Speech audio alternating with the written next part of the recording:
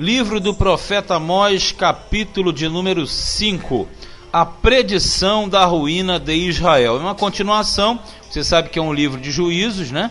Sobre o reino do norte, que era o reino de Israel. Diz assim, versículo 1.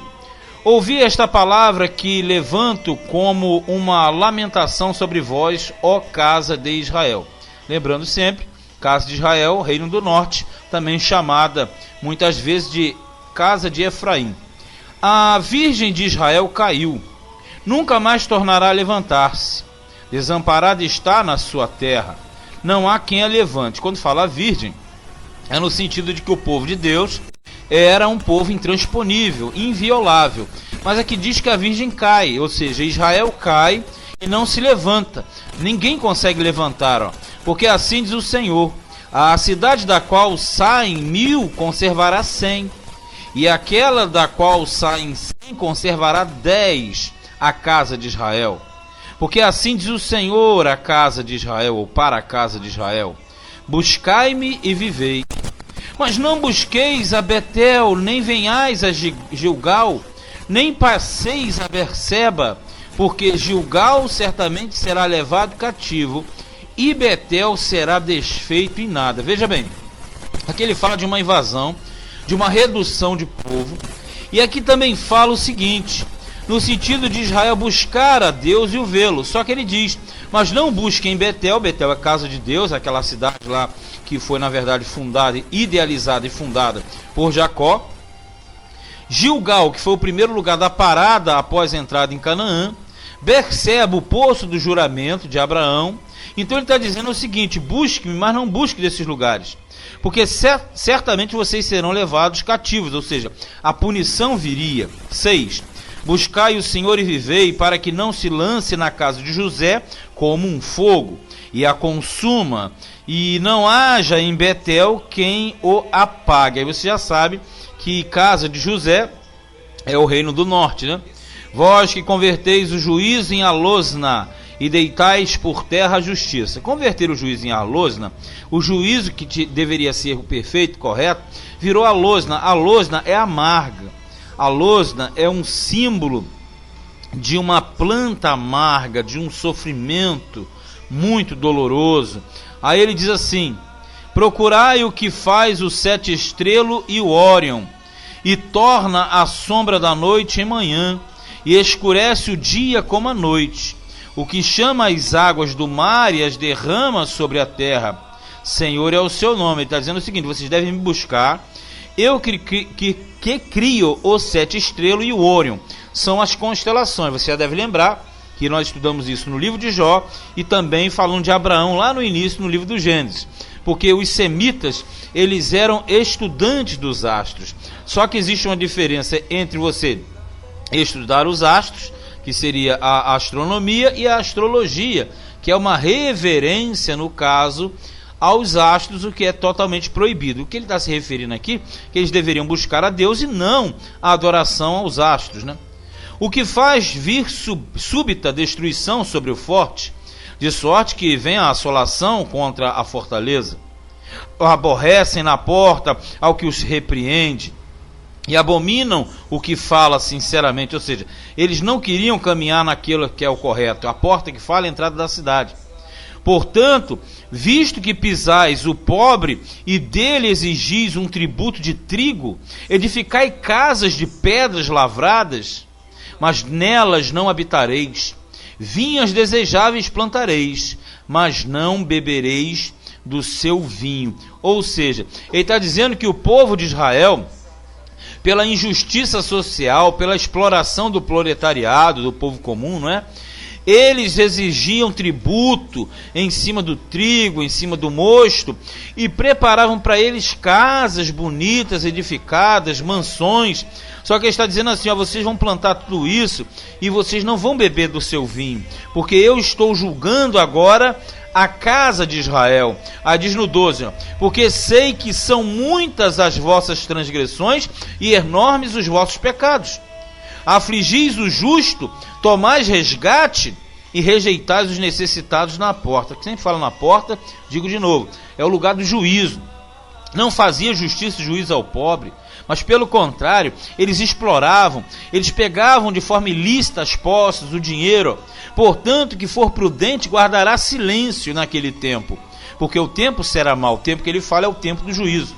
Buscai o bem e não o mal, para que vivais, e assim o Senhor, o Deus dos exércitos, estará convosco, como dizeis. Aborrecei o mal e amai o bem, estabelecei o juízo na porta, de novo, entrada da cidade, lugar dos anciãos, dos juízes. Talvez o Senhor, o Deus dos exércitos, tenha piedade do resto de José. Ou seja, talvez se vocês mudarem o comportamento, ele venha evitar esse dano. Portanto, assim diz o Senhor, Deus dos exércitos, o Senhor: em todas as ruas haverá pranto, e em todos os bairros dirão: ai, ai, e ao lavrador chamarão para choro e para pranto os que souberem prantear. Quer dizer, chorar, clamar, aquela questão toda, né? E em todas as vinhas haverá pranto, porque passarei pelo meio de ti, diz o Senhor. Pelo meio de ti, pelo meio do povo dele, né? Ai daqueles que desejam o dia do Senhor. Para que quereis vós este dia do Senhor? Trevas será e não luz. Isso aqui é uma certa ironia. Quando você fala assim, por que vocês desejam o dia do Senhor, que é o dia da ira, o dia da punição? Porque vocês estão praticando aquilo que traz a ira. Porque se um homem fugisse de diante do leão e se encontrasse com ele o urso, eles fazem como se um homem, né, fugisse de diante de um leão e encontrasse com ele o urso. Ou como se, entrando em uma casa, a sua mão encostasse na parede e fosse mordido por uma cobra. E está dizendo aqui o seguinte: ninguém escapa do juízo de Deus. É como você correndo para um lado, tem o leão, corre para o outro, tem o urso, entra em casa, encosta na parede para descansar, vem uma cobra e morde. Só que na verdade é Deus que vai julgar o seu povo, não tendo como eles escaparem. Parece até hilário, né? É hilário isso aqui, 20, ó. Não será, pois, o dia do Senhor trevas e não luz? Não será completa escuridade sem nenhum resplendor? Quer dizer, não é um dia de sofrimento? Aí ele está dizendo assim: olha, o dia do Senhor, o dia de acerto de contas, será um dia de grandes juízos sobre vocês. Olha no 21 que ele diz, ó: aborreço e desprezo as vossas festas, e as vossas assembleias solenes não me dão nenhum prazer. Olha, isso aqui é pesado, hein?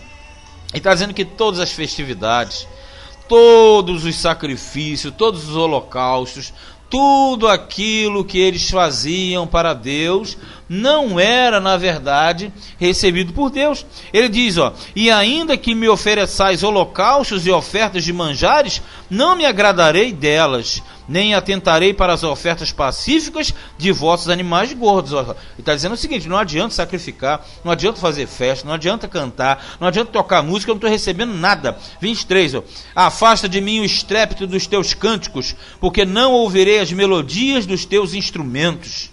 Veja, pesado, hein? Aparentemente eles serviam a Deus, e Deus não está recebendo nada. Corra, porém, o juízo como as águas, e a justiça como o ribeiro impetuoso. Oferecestes-me vós sacrifícios e oblações no deserto por 40 anos, ó casa de Israel. Tipo assim, vocês fizeram isso no deserto? Não. No deserto Israel aborreceu a Deus. Ele está dizendo: vocês me aborrecem agora da mesmíssima forma. Antes levastes a tenda de vosso Moloque, quer dizer, adoração a Moloque, que era um ídolo pagão, que recebia sacrifício de crianças. Olha aqui, ele está dizendo o seguinte: vocês agora estão fazendo a mesma coisa ou pior. E o altar das vossas imagens, e a estrela do vosso Deus, ou seja, de Baal, ou dos ídolos, né? Que quando fala estrela, está ligado aos céus, que fizeste para vós mesmos, ou seja, que vocês criaram para a vossa própria adoração.